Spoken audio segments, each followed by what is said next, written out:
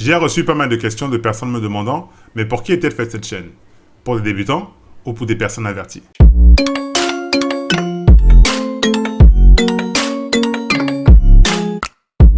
Avant de commencer, je voulais revenir sur ce que je disais lors de ma première vidéo.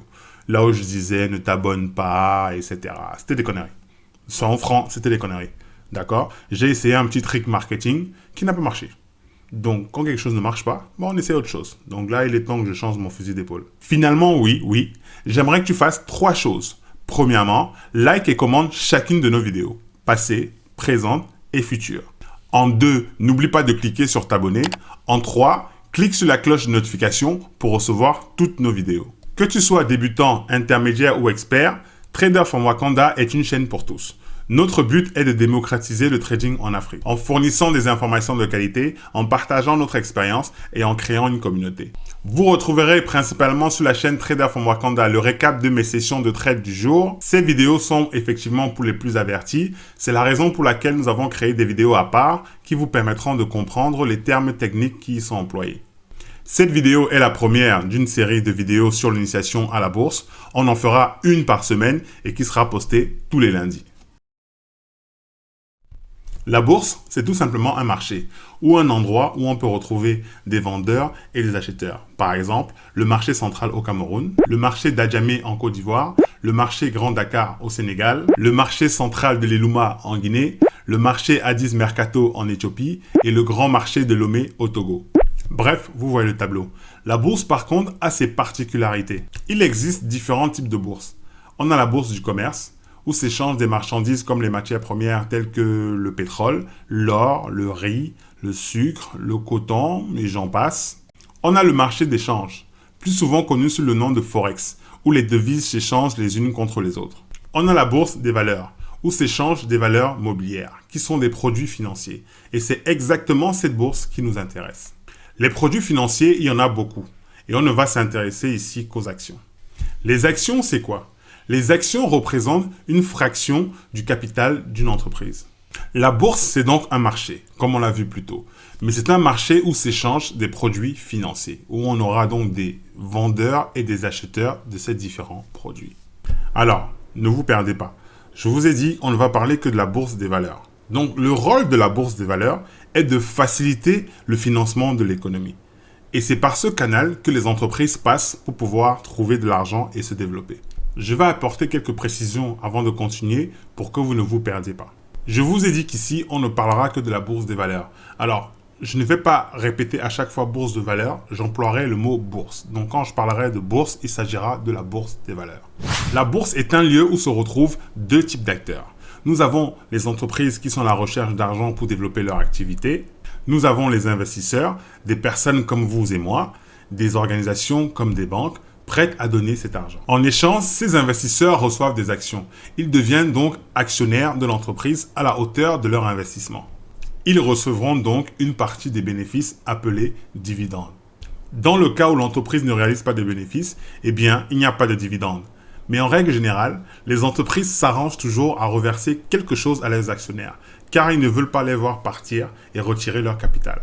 Tous les pays du monde ont leur bourse, située dans leur capitale, à l'exception de certains pays comme les États-Unis, où la bourse se trouve à New York. La bourse américaine de Wall Street est la bourse la plus puissante. En Afrique, on a la GSE, la Johannesburg Stock Exchange, qui occupe le premier rang dans le classement des bourses africaines. En Côte d'Ivoire, on a la BRVM, qui est la bourse régionale des valeurs mobilières, qui est une bourse commune à 8 pays de l'Afrique de l'Ouest. Au Cameroun, on a la BVMAC, qui est la bourse des valeurs mobilières de l'Afrique centrale, qui dessert les marchés de 6 pays de l'Afrique centrale. À partir des années 1970, les actions se cotent sur ordinateur. L'essor de l'informatique et de l'Internet a permis le développement du trading chez beaucoup de particuliers. Avant, pour passer des opérations en bourse, il fallait aller soit à sa banque ou passer un coup de fil. Maintenant, il suffit de se connecter à Internet et passer par son broker qui est l'intermédiaire entre la bourse et vous pour passer son ordre via sa plateforme de trading. Oula, ça peut paraître compliqué. Alors, je vais prendre un exemple pour illustrer mon propos. Alors, avant, quand on voulait passer un coup de fil, qu'est-ce qu'on faisait? Il fallait se rendre dans un centre d'appel pour le passer. Aujourd'hui, il suffit de prendre son smartphone et passer le coup de fil directement.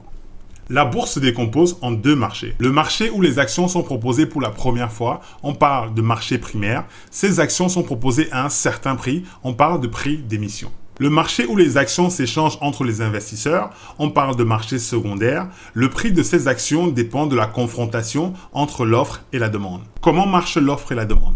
Si la santé économique d'une entreprise est bonne, alors ses actions seront très demandées. Si c'est le contraire, ces actions seront moins demandées. C'est comme chez nous, quand tu es en haut, tout le monde va être autour de toi, et quand tu es en bas, personne ne va être à côté de toi. La valeur d'une action d'une entreprise dépendra de sa santé économique, mais aussi de tout élément extérieur, tel que des nouvelles qui peuvent avoir des impacts nocifs sur cette action. Pour exemple, le coronavirus est un événement extérieur. Il va forcément impacter négativement les entreprises du secteur du tourisme, car les gens ne voudront plus voyager de peur de l'attraper. La bourse est un marché réglementé.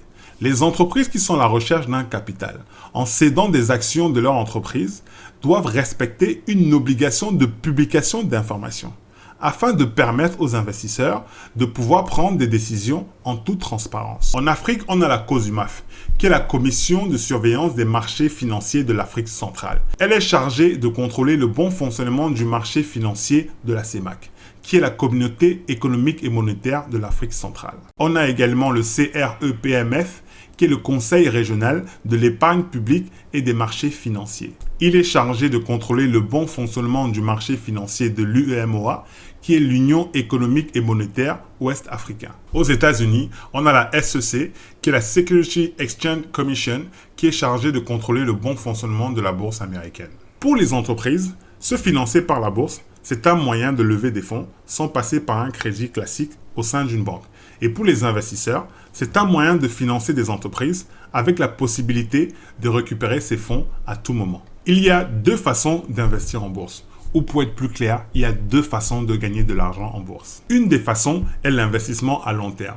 Ça veut dire que vous achetez des actions sur du long terme et vous attendez tranquillement que ces actions vous rapportent des dividendes, en prenant donc moins de risques. La deuxième façon, c'est la spéculation. Spéculer pour gagner de l'argent plus rapidement, mais en prenant plus de risques. Spéculer, c'est un peu comme parier. On peut parier que la cote d'une action va monter ou baisser. On parle de spéculer à la hausse ou à la baisse. Spéculer, c'est comme parier. Mais en bourse, on ne spécule pas n'importe comment. On utilise des outils tels que l'analyse technique qui nous permettra de choisir des opérations avec des probabilités de réussite élevées. Je n'ai volontairement pas donné la définition de l'analyse technique qui sera dans une prochaine vidéo. N'hésite pas de laisser un commentaire sur la vidéo si elle t'a plu ou pas. N'oublie pas de t'abonner et de cliquer sur la cloche de notification afin de recevoir toutes nos prochaines vidéos. D'ici là, porte-toi bien et je te dis à demain. Ciao!